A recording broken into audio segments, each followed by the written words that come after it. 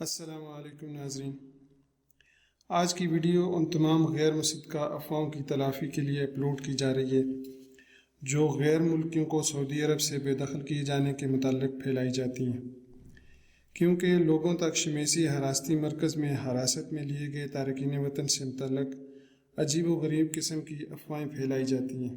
اس video میں میں آپ کو مکمل تفصیل کے ساتھ آگاہ کروں گا اصل حقائق ہیں کیا۔ ناظرین، شمیسی ڈیپورٹنگ مرکز سے میں خود پاکستان ڈیپورٹ ہو چکا ہوں، اس لیے آپ کو حقائق جاننے میں آسانی رہے گی۔ میں کوشش کروں گا آپ کو ڈیپورٹنگ پروسیس کے بارے میں سٹیپ بائی سٹیپ بتاؤں۔ تارکین وطن کو حراست میں لیے جانے کے بعد سب سے پہلے جدہ کے مقامی حراستی مراکز میں بند کیا جاتا ہے۔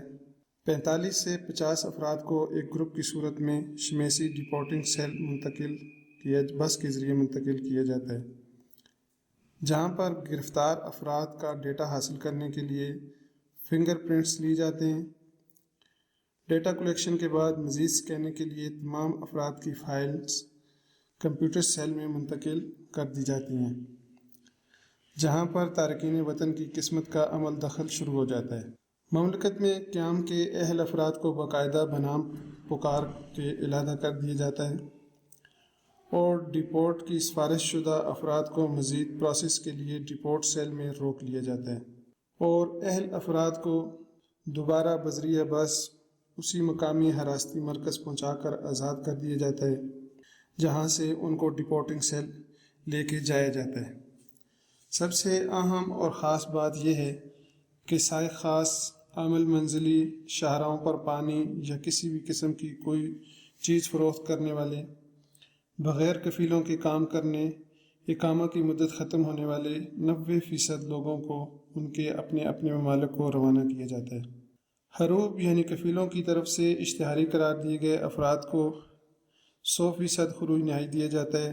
کسی معاملے میں مطلوب افراد کو بھی روک لیا جاتا ہے، یا تو مطلوب افراد کو کفیلوں کے سپرد کیا جاتا ہے یا آزاد کر دیا جاتا ہے۔ حروب اور مطلوب دونوں دفعات کے عامل افراد کو معاملے کو انجام تک پہنچانے کے بعد خروج نہائی دیا جاتا ہے۔ خروج نہائی کے اہل افراد کی مزید سکیننگ کے عمل میں دوبارہ فنگر پرنٹس اور تصاویر لی جاتی ہیں۔ اس کے بعد تمام افراد جن کو ملک بدر کیا جاتا ہے، قیدی نمبر الاٹ کیا جاتا ہے اور دوبارہ ان افراد کی قیدی نمبر کے ساتھ تصاویر بنائی جاتی ہیں۔ اس پروسیس کے مکمل ہونے کے بعد اگر کسی غیر ملکی کے پاس 500 ریال سے زائد رقم ہو تو زائد رقم کے ساتھ ساتھ دیگر قیمتی سامان یا اشیاء جن میں گھڑیاں، کیمرہ، موبائل امانات امانت سیکشن میں جمع کروائے جاتے ہیں، جس کی باقاعدہ فیس وصول کی جاتی ہے۔ اس پروسیس کے بعد زیر حراست افراد کو مزید تلاشی کے بعد حراستی بیرکس میں منتقل کر دیا جاتا ہے۔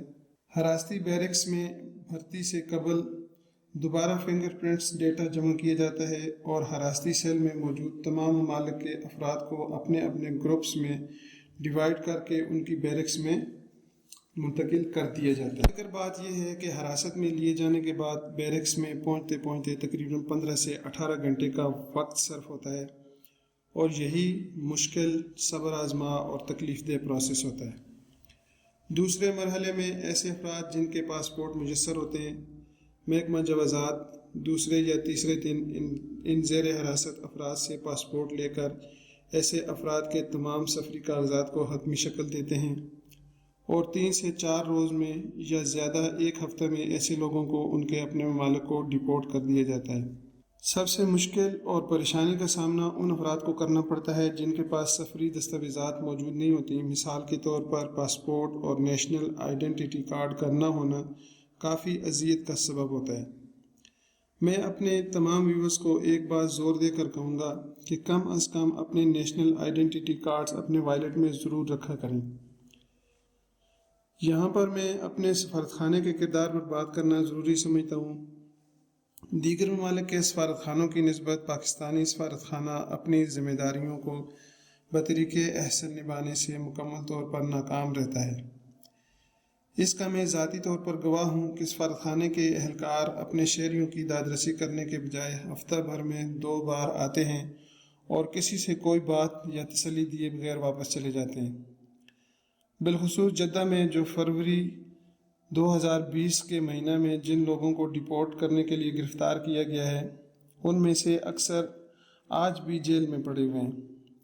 سب سے اہم اور خاص بات جو آپ بھائیوں کے گوش گزار کرنا ضروری سمجھتا ہوں وہ آخری مرحلہ ہے جس دن ملک بدر کیے جانے والے افراد کو اپنے ملکوں کو روانہ کیا جاتا ہے۔ ایک بار پھر جیل حکام ایسے افراد جن کی سفری دستاویزات مکمل ہو چکی ہوتی ہیں، ان افراد کو بیرکس سے نکال کر دوبارہ فنگر پرنٹس لیے جاتے ہیں۔ دوسرے مرحلے میں ان کا سامان، موبائل، گھڑیاں، پیسے وغیرہ واپس کیے جاتے ہیں۔ اس کے بعد ایک لائن میں لگا کر 2 افراد کا جوڑا بنا کر ہتھکڑیاں لگائی جاتی ہیں اور ایئرپورٹ کی طرف روانہ کر دیا جاتا ہے۔ ایئرپورٹ پر ہتھکڑیاں کھول دی جاتی ہیں اور تمام لوگوں کو ایک بڑے ویٹنگ ہال میں شفٹ کر دیا جاتا ہے۔ ایئرپورٹ روانہ کرنے سے پہلے تمام قیدیوں کو تولیہ، صابن، ٹوتھ برش، ٹوتھ پیسٹ اور ایک عدد سوٹ، پاجامہ اور شرٹ صابن کی ایک چھوٹی ٹکی کے ہمراہ دیا جاتا ہے۔ ایئرپورٹ کے ہال میں تمام لوگ برش کرتے ہیں اور کپڑے بدلتے ہیں، جبکہ کپڑے پہننے ضروری نہیں ہیں۔ اگر آپ کے کپڑے صاف ہیں تو اپنے کپڑوں میں رہیں، لیکن آپ نے اپنی تمام اشیاء کو ایک بیگ میں ڈال کر ٹیپ کر کے لگیج میں ڈالنا ہوتا ہے۔ صرف نقدی یعنی پیسے چھوڑے جاتے ہیں۔ کوئی جیکٹ، گھڑی، کوئی انگوٹھی، کوئی کاغذ یا پرچی تک آپ کے پاس نہیں ہونی چاہیے۔ کوئی کارڈ، سگریٹ یا کسی بھی قسم کی کوئی چیز اپنے پاس نہیں رکھنے دیتے۔ جوازات کے کاؤنٹر پر پہنچنے سے پہلے جامہ تلاشی لی جاتی ہے اور کسی بھی چیز کی برآمدگی کی صورت میں اس چیز کو کچرے دان میں پھینک دیا جاتا ہے۔ یہ تمام اپنی آپ بیتی ہے 100% ریئل، اس میں کسی قسم کا کوئی بناؤ سنگار نہیں ہے۔ خروج کی مہر پاسپورٹ پر لگنے کے بعد ایک بار پھر ایک بڑے ویٹنگ روم میں منتقل کر دیا جاتا ہے۔ جی ہاں، آپ کے بورڈنگ کارڈز آپ کو پاسپورٹ کے ساتھ دے دیے جاتے ہیں۔ جیسے ہی فلائٹ کا ٹائم پورا ہوتا ہے، ویٹنگ روم سے قطار بنائے تمام قیدیوں کو بسوں کے ذریعے جہاز تک پہنچا دیا جاتا ہے۔ ویورز، یہ وہ تمام تفصیلات ہیں جن کے بارے میں ہر کوئی جاننے کی جستجو کرتا ہے اور جس کے بارے میں مختلف لوگ مختلف قسم کی باتیں پھیلا رہے ہوتے ہیں کہ ایسے ہوتا ہے اور ویسے ہوتا ہے۔ جتنی بھی تفصیلات میں آپ کو اس سے بیشتر بتا چکا ہوں، یہی 100% ریئل اور یہی سچ ہے۔ امید ہے کہ آج کی ویڈیو آپ کو ضرور پسند آئے گی۔ ویڈیو کو اپنے واٹس ایپ، فیس بک اور دیگر کمیونٹی پیجز پر ضرور شیئر کریں تاکہ بیرونی ممالک، خاص طور پر سعودی عرب میں موجود پاکستانیوں کو ڈیپورٹنگ پروسیس سے مکمل طور پر معلومات ہوں اور کسی کو کوئی ابہام نہ رہے۔ اگر آپ میرے چینل پر نئے ہیں تو چینل کو ضرور سبسکرائب کر دیں، ساتھ لگے گھنٹی کے بٹن کو پریس کر دیں تاکہ آپ کو ہماری ایسی ہی مفید اور کارآمد ویڈیوز کے نوٹیفیکیشن بر وقت ملتے رہیں۔ ویڈیو پسند آنے کی صورت میں لائک ضرور کیا کریں، اس سے ہماری حوصلہ افزائی ہوتی ہے۔ ویڈیو سے متعلق اپنی قیمتی آراء کا اظہار یا کوئی سوال ہو تو ضرور کمنٹ باکس میں تحریر کریں۔